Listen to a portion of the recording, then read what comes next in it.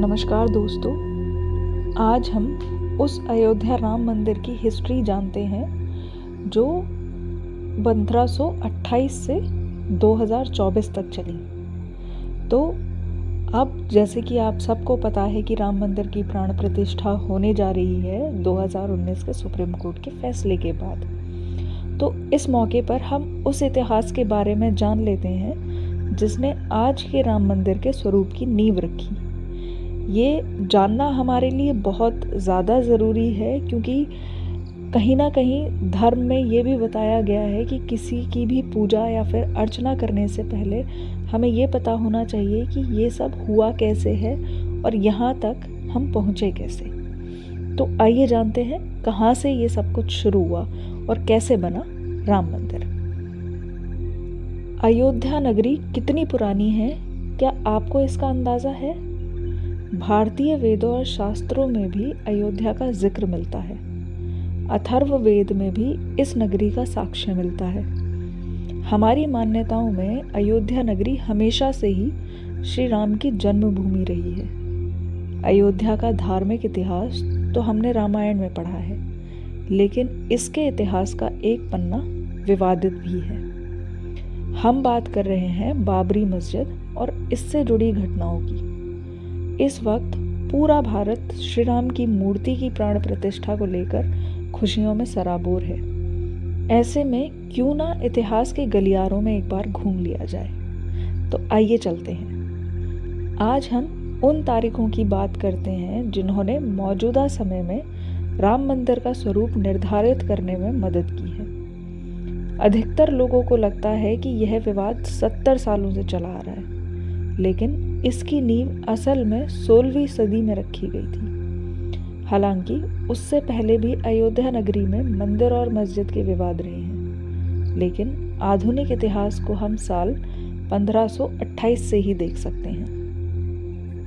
अयोध्या का विवाद बाबरी मस्जिद से घिरा हुआ है। इसकी शुरुआत हुई साल 1528 में, जब बाबर के सेनापति मीर बाकी ने अयोध्या में बाबरी मस्जिद बनवाया। इस मस्जिद को मुगल काल की एक महत्वपूर्ण मस्जिद माना जाता था। वैसे बाबरी मस्जिद का मॉडर्न दस्तावेजों में भी जिक्र है, जैसे साल 1932 में छपी किताब अयोध्या अ हिस्ट्री में भी बताया गया है कि मीर बाकी को बाबर ने ही हुक्म दिया था कि अयोध्या में राम जन्मभूमि है और यहाँ के मंदिर को तोड़कर मस्जिद का निर्माण करवाना होगा। बाबर के सिपाही द्वारा बनाई गई इस मस्जिद का नाम बाबरी रख दिया। हालांकि इसे लेकर अभी भी विवाद है कि बाबरी मस्जिद को मंदिर तोड़कर ही बनवाया गया था, लेकिन कई किताबें इसका जिक्र ज़रूर करती हैं कि मंदिर की सामग्री से ही मस्जिद का निर्माण शुरू किया गया था। उस वक्त क्या हुआ था, इसे लेकर कई दावे मिलते हैं। मस्जिद के बनने के 300 साल बाद इसे लेकर विवाद की पहली झलक दिखाई दी। अब जो इतिहास शुरू होने वाला था वह लंबी लड़ाई के साथ साथ विध्वंस की कहानी कहने वाला था। 1853 से 1855 के बीच में अयोध्या के मंदिरों को लेकर विवाद शुरू होने लगे। इंडियन हिस्ट्री कलेक्टिव की रिपोर्ट बताती है कि उस वक्त सुन्नी मुसलमानों के एक गुट ने हनुमानगढ़ी मंदिर पर हमला कर दिया था। उनका दावा था कि यह मंदिर मस्जिद को तोड़कर बनाया गया है, हालांकि इसका कोई भी साक्ष्य नहीं मिला। सर्वपल्ली गोपाल की किताब anatomy of a confrontation Ayodhya and the rise of communal politics in India में भी इसका जिक्र है।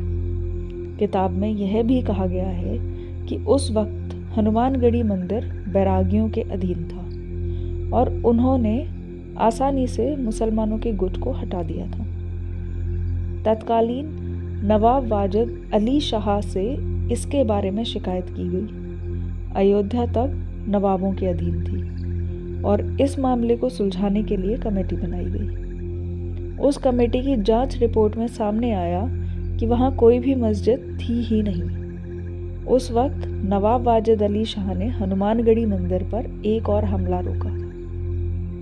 एक रिपोर्ट कहती है कि साल 1858 में निहंग सिखों के एक दल ने बाबरी मस्जिद के अंदर घुसकर हवन पूजन किया था। उस वक्त इस घटना के खिलाफ पहली बार एफआईआर की गई थी और लिखित में यह विवाद सामने आया। उसमें लिखा गया कि अयोध्या में मस्जिद की दीवारों पर राम का नाम लिख दिया गया है और उसके बगल में एक चबूतरा बना है। साल 1859 में अंग्रेजी सरकार ने इसके बीच एक दीवार खड़ी कर दी थी, जिससे हिंदू पक्ष और मुसलमान पक्ष शांति से अलग अलग स्थान पर पूजा और इबादत कर सकें। यहीं से पहली बार राम चबूतरा शब्द प्रचलन में आया था।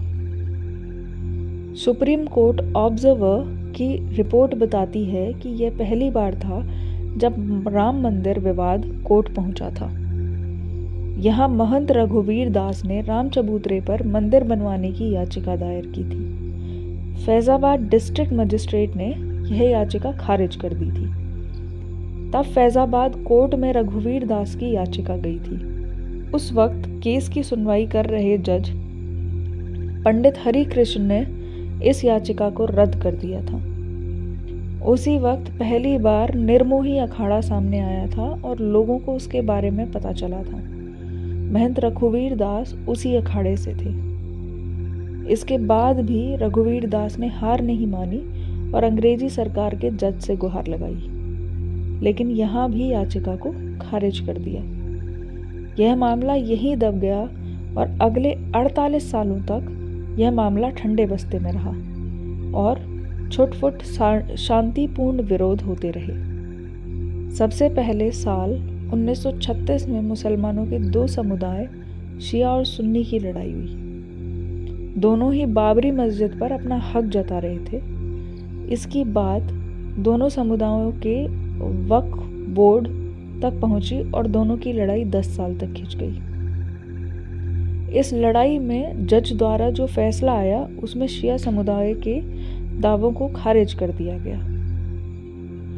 मॉडर्न समय में जब भी अयोध्या की बात होती है तो उसमें राजनीति शब्द ज़रूर सामने आता है।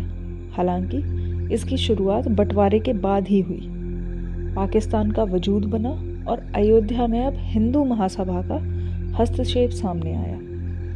कृष्णा झा और धीरेन्द्र के झा की किताब अयोध्या द डार्क नाइट सहित कई किताब इस बारे में कहती हैं कि 1947 का अंत होते होते हिंदू महासभा द्वारा एक मीटिंग रखी गई, जिसमें बाबरी मस्जिद पर कब्जे की बात कही गई थी। इसके बाद के चुनावों में पहली बार कांग्रेस पार्टी ने राम मंदिर को मुद्दा बनाया था। कांग्रेस के इस मुद्दे के बाद कोई और पार्टी कहीं टिक नहीं पाई और फैजाबाद में भी कांग्रेस जीत गई।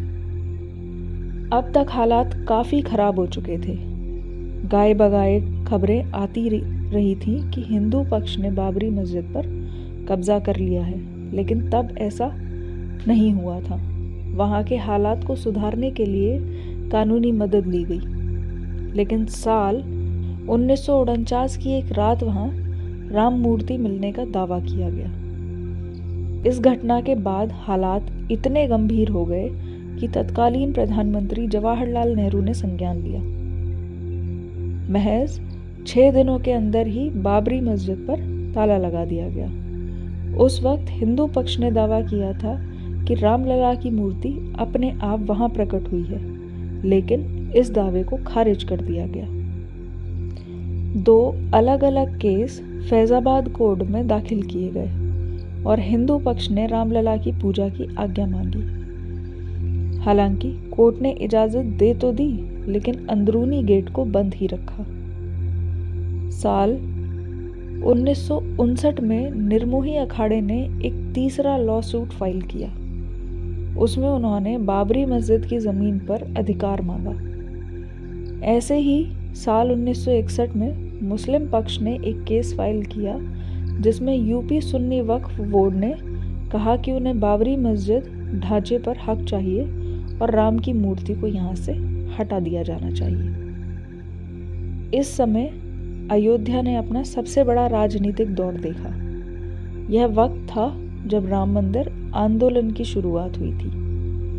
इसी समय बीजेपी के वरिष्ठ नेता लाल कृष्ण आडवाणी को इस आंदोलन का नेतृत्व करने के लिए चुना गया। साल 1986 में राजीव गांधी सरकार के आदेश पर बाबरी मस्जिद के अंदर का गेट खोला गया। दरअसल उस वक्त लॉयर यूसी पांडे ने फैज़ाबाद सेशन कोर्ट में याचिका दायर की थी कि फैज़ाबाद सिटी एडमिनिस्ट्रेशन ने इसका गेट बंद करने का फैसला सुनाया था, इसलिए इसे खोला जाना चाहिए। तब हिंदू पक्ष को यहाँ पूजा और दर्शन की अनुमति भी दे दी गई और बाबरी मस्जिद एक्शन कमेटी ने इसके खिलाफ प्रोटेस्ट भी किया। उस समय तत्कालीन प्रधानमंत्री राजीव गांधी ने विश्व हिंदू परिषद को विवाहित जगह पर शिलान्यास करने की अनुमति दे दी थी। इसके बाद पहली बार रामलला का नाम इलाहाबाद कोर्ट पहुंचा था, जिसमें निर्मोही अखाड़ा और सुन्नी वक्फ बोर्ड ने रामलला जन्मभूमि पर अपना दावा पेश किया। साल 1990 में लाल कृष्ण आडवाणी ने गुजरात के सोमनाथ मंदिर से लेकर अयोध्या तक रथ यात्रा की शुरुआत की। यह बहुत ही विवादित दौर था। दिल्ली यूनिवर्सिटी के पॉलिटिकल साइंस प्रोफेसर और अयोध्या के निवासी शिव पूजन पाठक से बात करके पता चला कि उस दौरान अयोध्या वासियों के ऊपर ही कार सेवकों के लिए व्यवस्था का कार्यभार था। चारों तरफ पुलिस तैनात रहती थी और रातों रात कार सेवकों को रहने के लिए जगह दी जाती थी। स्कूल में भी उन्हें रुकवाया गया था। उस वक्त चारों तरफ सिर्फ परेशानी का माहौल रहता था और समझ नहीं आता था कि आने वाले पल में क्या हो जाएगा। 6 दिसंबर 1992 का वो दिन जब बाबरी मस्जिद को गिराया गया, भारत के इतिहास में यह दिन दर्ज है। कार सेवकों ने यहाँ एक अस्थायी मंदिर की स्थापना भी कर दी थी। मस्जिद गिराने के 10 दिन बाद प्रधानमंत्री ने retired high court justice MS लिब्रहान को लेकर एक कमेटी बनाई, जिसमें मस्जिद को गिराने और सांप्रदायिक दंगों को लेकर एक रिपोर्ट बनानी थी। जनवरी 1993 आते आते अयोध्या की ज़मीन को नरसिम्हा राव की सरकार ने अपने अधीन ले लिया और 67.7 एकड़ ज़मीन को केंद्र सरकार की ज़मीन घोषित कर दिया। साल 1994 में इस्माइल फारूकी जजमेंट आया, जिसमें सुप्रीम कोर्ट ने 3:2 के बहुमत से अयोध्या में कुछ क्षेत्रों के अधिग्रहण अधिनियम की संवैधानिकता को बरकरार रखा। इस जजमेंट में यह भी कहा गया कि कोई भी धार्मिक जगह सरकारी हो सकती है। अप्रैल 2002 में अयोध्या टाइटल डिस्प्यूट शुरू हुआ और इलाहाबाद हाई कोर्ट की लखनऊ बेंच में हायरिंग शुरू हुई। अगस्त 2003 में ASI archaeological survey of India ने मस्जिद वाली जगह पर खुदाई शुरू की और ये दावा किया कि इसके नीचे 10वीं सदी के मंदिर के साक्ष्य मिले हैं। साल 2009 में अपने गठन के 17 सालों बाद लिब्रहान कमीशन ने रिपोर्ट सबमिट की। हालांकि इस रिपोर्ट में क्या था वह सामने नहीं आया। अब तक अयोध्या की ज़मीन को हर पक्ष अपने लिए मांग रहा था, लेकिन इलाहाबाद कोर्ट ने इस ज़मीन को 3 हिस्सों में बांट दिया। इसके तहत 1/3 हिस्सा निर्मोही अखाड़ा को, 1/3 हिस्सा सुन्नी वक्फ बोर्ड और 1/3 हिस्सा रामलला विराजमान को दे दिया गया। इस फैसले ने पूरे देश में विवादों को जन्म दिया। इसके खिलाफ एक बार फिर से याचिका दायर हुई और साल 2011 में सुप्रीम कोर्ट ने इलाहाबाद हाई कोर्ट की रूलिंग को रोक दिया। सुप्रीम कोर्ट ने इस हियरिंग को लेकर कहा कि इलाहाबाद हाई कोर्ट का जजमेंट अजीब है, क्योंकि 3 में से किसी भी पार्टी ने इसके लिए गुहार नहीं लगाई थी। साल 2017 आते आते चीफ जस्टिस खेहर ने तीनों पार्टियों को आउट ऑफ कोर्ट सेटलमेंट के बारे में कहा। इस पर एक बार फिर से बहस शुरू हुई। साल 2018 में सुप्रीम कोर्ट ने अपना फैसला दिया। हालांकि उसे जग जाहिर नहीं किया गया। उस वक्त सुप्रीम कोर्ट ने बड़ी बेंच के तहत उनके फैसले की जांच करने को मना कर दिया था।